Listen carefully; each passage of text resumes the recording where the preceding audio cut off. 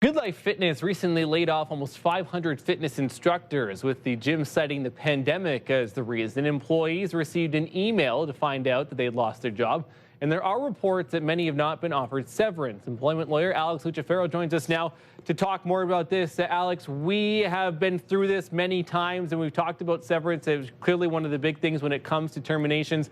So let's start with, employers withholding severance from these employees, or consider them to have resigned if they didn't respond to that termination email because it happened in an email. What's the situation?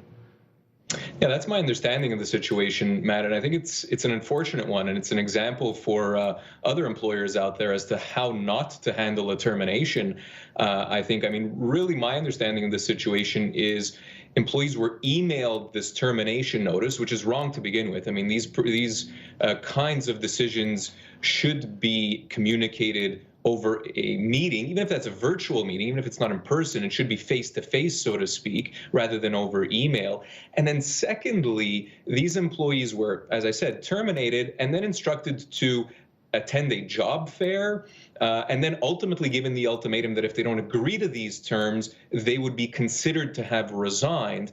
An employee can't be considered to have resigned, Matt. I mean, either a resignation is legitimate or it's not. You can't be forced to resign as an employee, and so that's also illegal. These employees are going to be owed severance, whether GoodLife likes it or not. If they've made the decision to let these employees go, severance is going to be owed. And just recap for us, too, in a situation like this, what those employees would be, and if they've lost their job, what are they owed if they've been fired, particularly some of those that have been there for a longer time?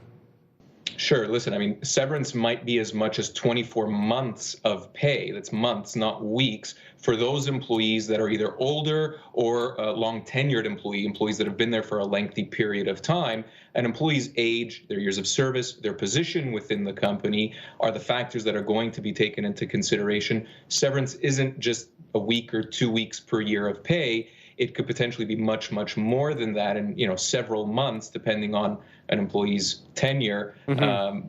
Most severance packages we see, Matt, unfortunately, are far less than what they actually should be. So if an employee, too, and again, one of these GoodLife instructors, if they're watching or at this point, or they haven't been offered severance, is the next step pursuing legal action? Well, certainly the first step for these employees, and listen, the facts aren't perfectly clear yet. It's important that these employees, regardless of their individual circumstances, receive legal advice. If, for example, some employees are being offered comparable employment, so maybe some sort of transition within the company to another position that is comparable, well, maybe there's an opportunity to salvage the situation there. If not, then certainly these employees should be receiving legal advice. And I actually would say, regardless of what options they have or don't have, professional advice in a situation like this is always key. Again, certainly pertinent given the situation right now. Alex Lucifero, thank you for this, sir. As always, appreciate it. Thanks for having me, Matt.